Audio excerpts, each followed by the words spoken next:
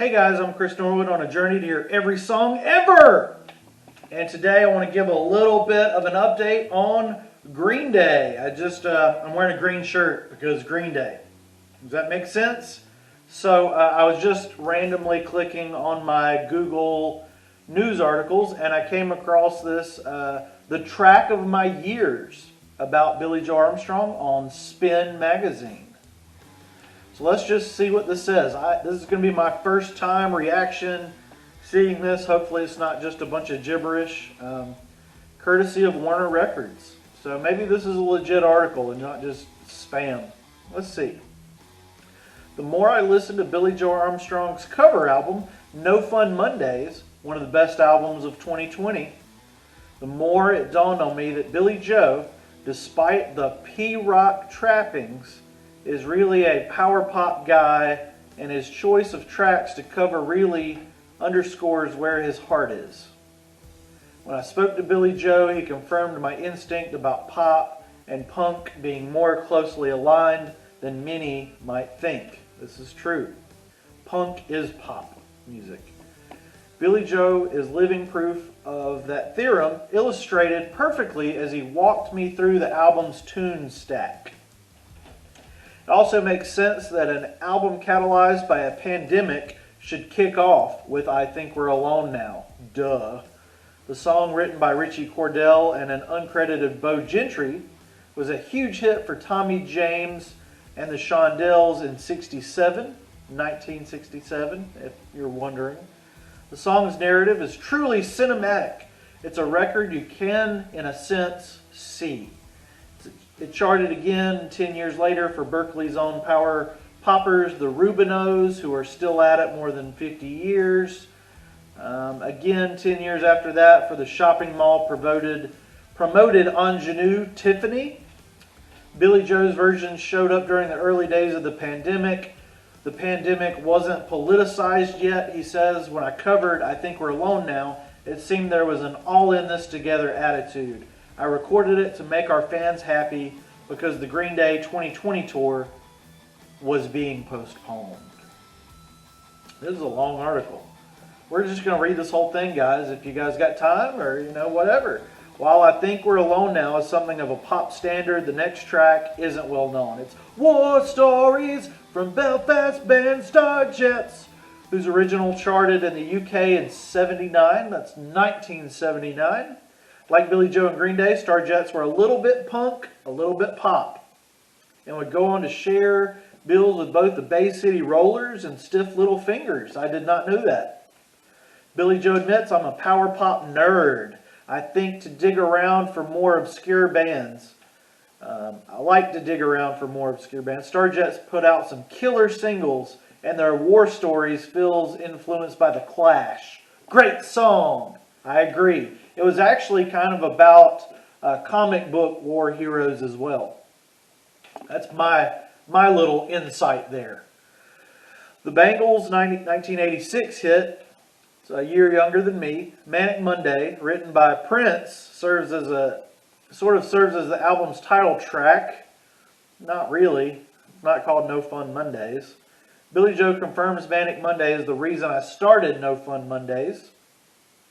Originally a series of cover songs posted on YouTube, my sister turned me on to the Bangles before this hit came out. In reference to Prince, he admits, I love the Paisley Underground from the 80s, Green on Red, the 3 o'clock, and I remember MTV talking about Prince writing that song. They've also got a video, the clip of him performing with the Bangles joining in on that one as well.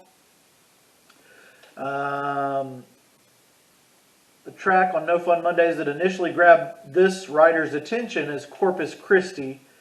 No, it's not about the corpulent former New Jersey governor. It's a seminal San Francisco punk song full of blood-soaked Catholic imagery by the Avengers, a great punk band. I saw the band fronted by Penelope Houston, opening for the Sex Pistols at Winterland, and later invested their 4-song EP produced by the Pistols' own Steve Jones and recorded in 1983 on White Noise Records. Ooh, this is a good article, guys. This is better than the usual schlock I find on Google headlines, man. Some of that stuff doesn't even make sense. Okay, this actually makes sense though. A label which I had a stake. The Avengers guitar player was the late Jimmy Willie, who went on to work with Chris Isaac and came up with that sinewy and sexy guitar lick in Wicked Game. I did some work with Penelope several years ago. She's great, and Jimmy is one of the best guitar players ever. The Avengers were one of the best punk bands. I'm proud they're from the Bay Area, he says of the song. Billy Joe recorded That Thing You Do as performed by the Wonders in the Tom Hanks directed film of that title, in which Isaac plays Uncle Bob. That's interesting because Tom Hanks was involved with the American Idiot film for a while, which we're apparently not getting. Let's see, how is everything interconnected here? The song, performed by actors who played band members, was written by Adam Schlesinger of Fountains of Wayne, who succumbed to the coronavirus very early in the pandemic. Given the music community, a tragic reality check, Adam Schlesinger was a great songwriter. He will be missed. Fountains of Wayne is such a good band with great songs, remarks Billy Joe Armstrong. Yeah, I'm a huge Fountains of Wayne fan as well. Let's just keep going. We're almost through this. There's an Italian language song, Amico, meaning friend, which is the most obscure of all the No Fun Monday covers. It was written as Keep Away from Other Girls by Burt Bacharach and Bob Hillard, and first recorded by Helen Shapiro, Britain's homegrown equivalent to Brenda Lee. Very interesting music history here. Green Day has an amazing fan base in Italy, and a couple years ago I went to visit my ancestors' village, a town called Viganio. I was looking for a song to sing in Italian, and I found Amico, my dedication to Italy. That's pretty cool. I just recently found out that Billy Joe has dual citizenship. Did you guys know that? Johnny Thunders' You Can't Put Your Arms Around a Memory is one of the most evocative performances on the album. The title derived from an episode of The Honeymooners title, Better Living Through TV, in which Ralph, played by Jackie Gleason, says to Alice, played by Audrey Meadows, just remember, you can't put your arms around a memory. Her response was a classic put-down. I can't even put my arms around you. Billy Joe calls Thunders of Heartbreakers fame. They used the name at least a year before Tom Petty did. The Chuck Berry of punk, and says You Can't Put Your Arms Around a Memory is probably the loneliest song ever written. I thought it really fits with our No Fun Mondays theme. Oh, that is a powerful song about loneliness. You got to really read into the lyrics, but man, it's no matter what, I'm alone, and whether you're here or gone, I'm just always alone. Things get decidedly upbeat thereafter with Kim Wilde's Kids in America from 1981 that features the anthemic Whoa chorus. Kim's dad Marty was an early Brit rocker, and he and her brother Ricky produced the record. Billy Joe is well aware that Kids in America is going to be one of the best pop songs ever written. I don't like that song, guys. I really don't like that song.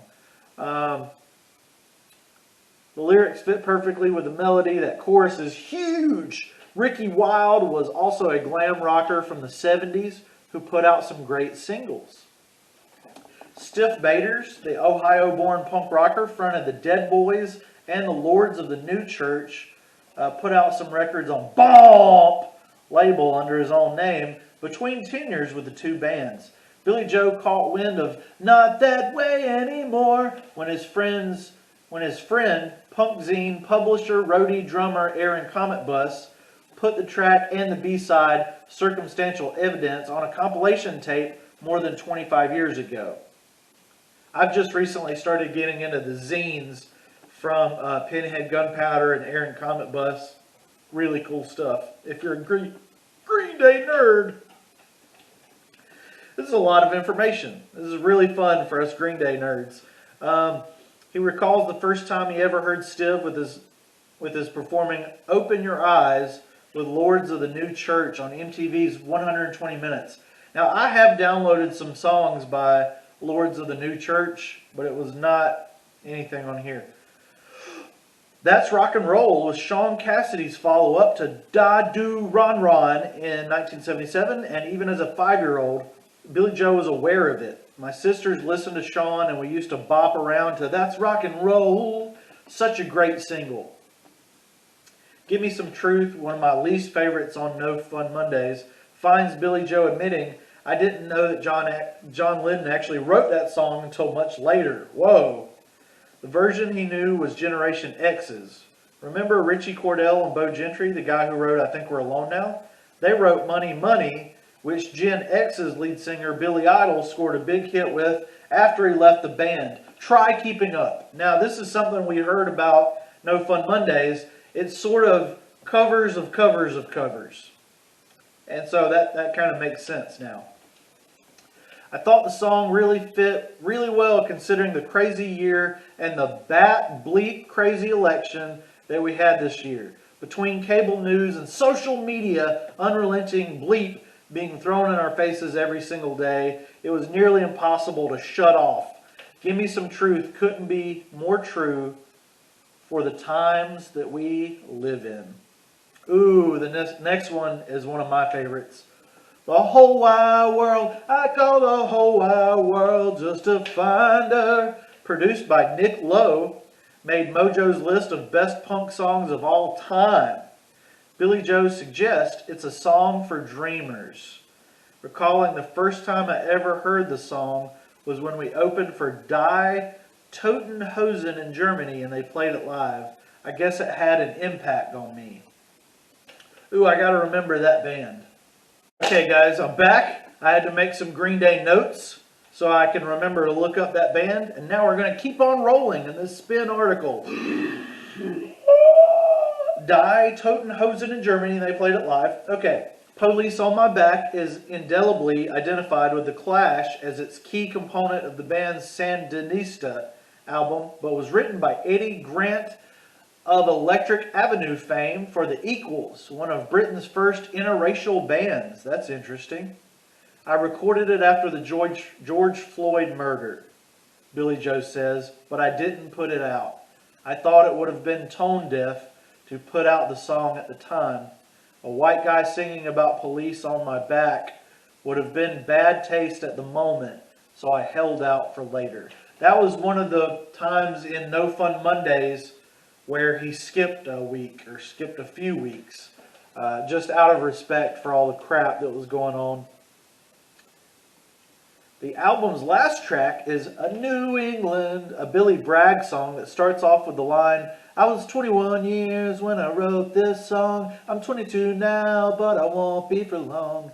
Exactly how Simon and Garfunkel's Leaves That Are Green begins. It was later recorded by Christy McCole with additional lyrics. Billy Joe is well aware of both versions. This song is the perfect thread between a love song and a protest song. Phil Oakes and Billy Bragg are the best at this. Oh, I love Phil Oakes, even though I'm pronouncing his last name wrong and don't care.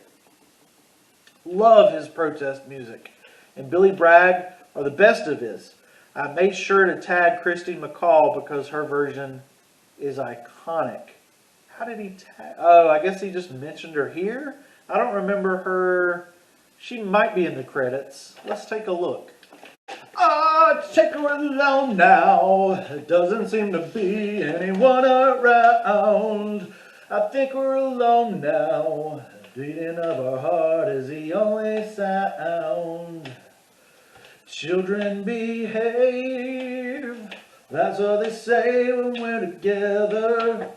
What would they say? They don't understand, and so we're running just as fast as we can, holding on to one another's hands, trying to get away into the night. And then you put your records on, and then we hold me to the tight, and then we say, think I'm alone now. I've gotta change the words or YouTube will kick my butt. I can't even rhyme now, 'cause YouTube will throw me in prison, that's for sure. I think we're alone now. You can't copyright 3 or 4 words. I think we're alone now. I'm always alone now. The beating of my heart is not even a sound. And you're the last gang in town. And your heart can't even break when it doesn't even pound. So long, didn't even say goodnight. So long, there's nowhere to go when you're running in plain sight. When there's no one else around, you're the last gang in town. And your heart can't even break when it doesn't even pound.